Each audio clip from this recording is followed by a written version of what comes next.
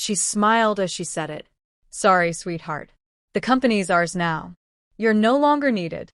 Her mother leaned in over the glass table, hand raised. Their palms met with a crisp smack, like they were sealing a win. Time to celebrate. I didn't blink. Just slid the folder across the table and let it rest between them like I was laying down a weapon.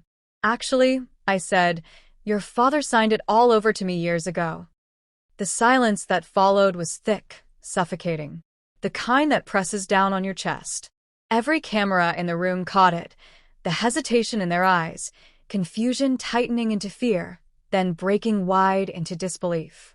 But let's back up. When I first met Clara, I was trying to rebuild. I'd just watched a startup burn to the ground, funding gone, friends vanished. I was left with nothing but grit and a broken drive. Clara was all clean edges and colder judgment. Smart, stunning. Her family owned Hallard Innovations, a respected tech company with an old name and a heartbeat running on fumes. I brought the fire. A new vision, relentless hours, and a will to make something better. The board called me the engine that wouldn't stop.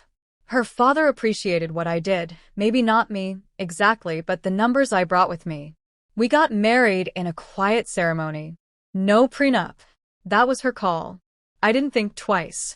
I rebuilt their systems from the inside out, shifted the focus of research, merged with smaller players, and tripled the company's worth in 5 years. Through it all, I believed Clara loved me. I believed in us. I bought the whole thing. Then it started falling apart. Quietly. She stopped wearing her ring. Said it didn't fit anymore. Her mother swapped out son for dear, like I was a stranger holding a tray. I started missing board meetings I hadn't been told about, only discovered they happened from stray emails or forgotten invites.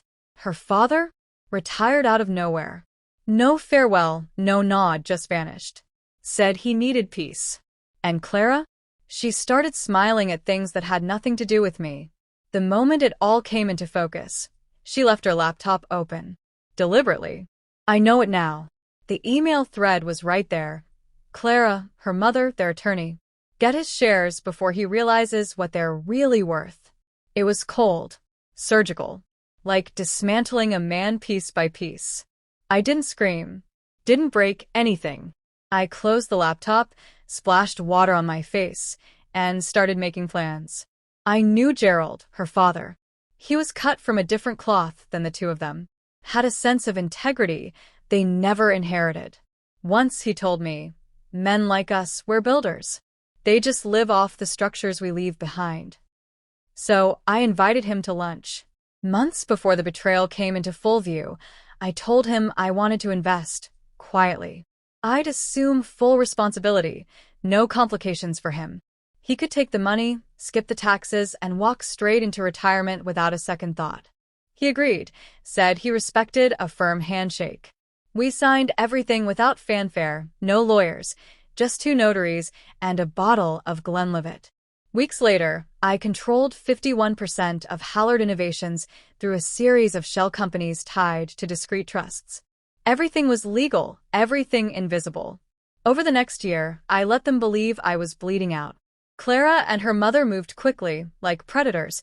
They shuffled staff, redirected funds, rebranded the company with PR about progressive leadership and evolving away from the past. They packed up my office in boxes, dismissed my team, said I was too tied to a dying vision. I didn't argue. I smiled, nodded, carried the boxes myself. Then came the meeting. The boardroom was full, shareholders, legal teams, even a photographer ready to document the moment. Clara waited until everyone was seated. She slid a termination letter across the table. Signed, notarized, official. We're moving ahead without you, she said, as if it were some kind of mercy.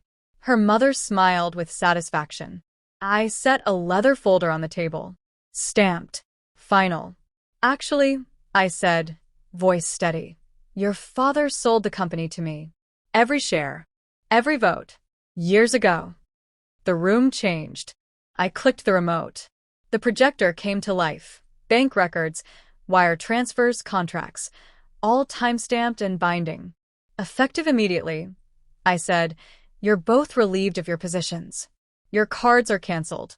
Legal will escort you out. Clara lunged for the folder. Her mother grabbed for her phone. Security stepped in, calm, efficient, professional. Like I planned. And the cameras caught it all. The outrage, the shock, the exact moment everything collapsed for them.